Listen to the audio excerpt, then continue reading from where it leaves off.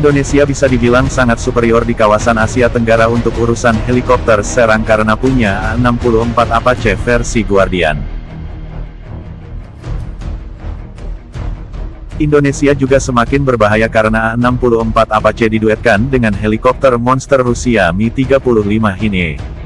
Duo A-64 Apache dengan Mi-35 Hinein ini jelas membuat Indonesia memiliki killer tank terbaik di Asia malahan.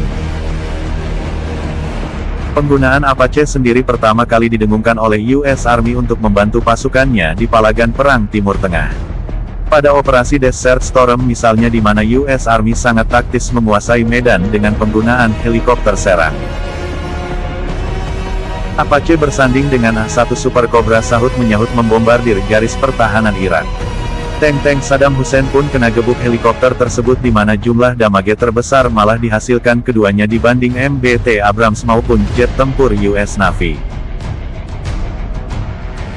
Untuk Indonesia, sebelum kedatangan Apache mereka lebih dulu membeli Mi-35 dari Mil Helikopter Rusia.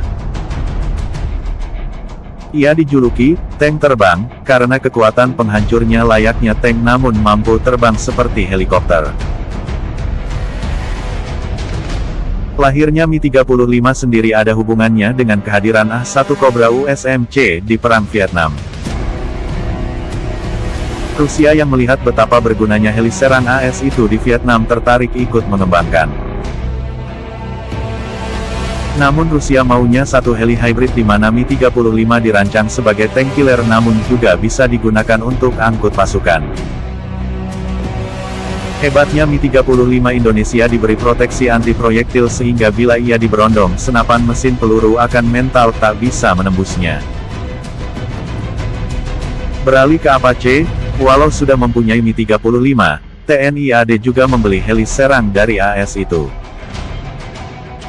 Pembelian 8 unit Apache oleh Indonesia saat itu jelas membuat publik Asia Tenggara geger lantaran heli serang terbaik dunia akan dimiliki Indonesia. Singapura saja yang teman dekat AS hanya memiliki 2 unit Apache namun versinya masih di bawah Indonesia. TNI AD menerima 8 unit Apache pada tanggal 29 Maret tahun 2018 setelah dikirim melalui jalur laut menuju Pelabuhan Tanjung Emas, Semarang. Menurut kabar kala itu, sebagian Apache ditempatkan di Natuna untuk memperkuat batalion komposit TNI di sana.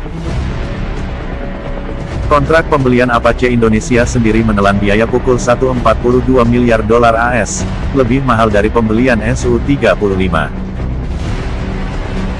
TNI AD membeli versi yang paling canggih yakni Guardian di mana ia dilengkapi dengan sensor tercanggih MTADS PNVS Modernist Target Acquisition Designation Side Pilot Night Vision Sensor.